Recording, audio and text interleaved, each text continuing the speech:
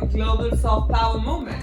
From politics in Meghalaya to innovation in classrooms, Bharat This Week was watching, warning, and winning. Don't forget to like, share, and subscribe because in a world full of noise, being informed is your power.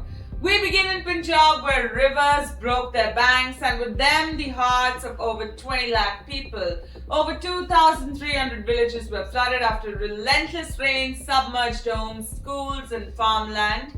Chief Minister Bhagwant Mann launched Mission Chardi Kala, a united call for citizens and corporates to aid in rebuilding what the waters took away. But while nature overwhelmed Punjab, politics reshaped Meghalaya in a move that few saw coming. 8 of 12 ministers were dropped by CM Conrad Sangma in his first cabinet reshuffle since 2023. Portfolios like home, education, finance have been reassigned, resettling power equations in the northeast.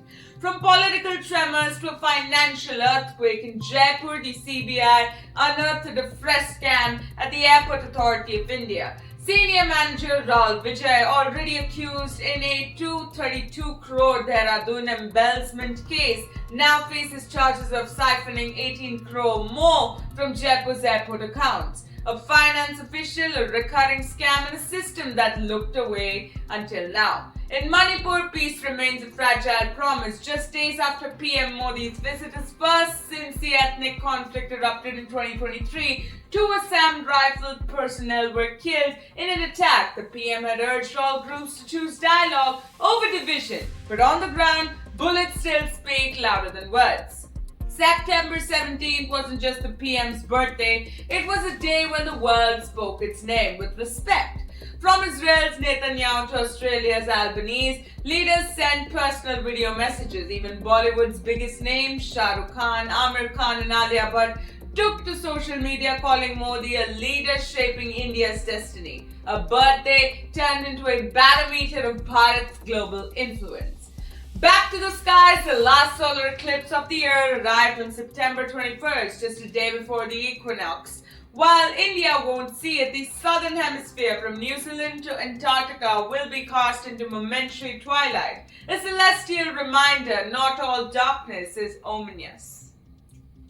In sports, Neeraj Chopra dazzled again at the World Athletics Championship, while Sarvesh Kusher soared into the high jump finals. And in education, IIM Ahmedabad and IIM Bangalore have climbed the global MBA ranking, now among the world's elite.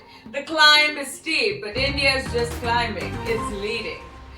At the Mentor India Roundtable hosted by Niti Aayog, top minds gathered to shape the roadmap for ATL 2.0 with leaders like Sanjeev Bikhchandi and BVR Subramaniam in the room. The message was clear. The next big startup won't come from Silicon Valley, it will rise from India's classrooms.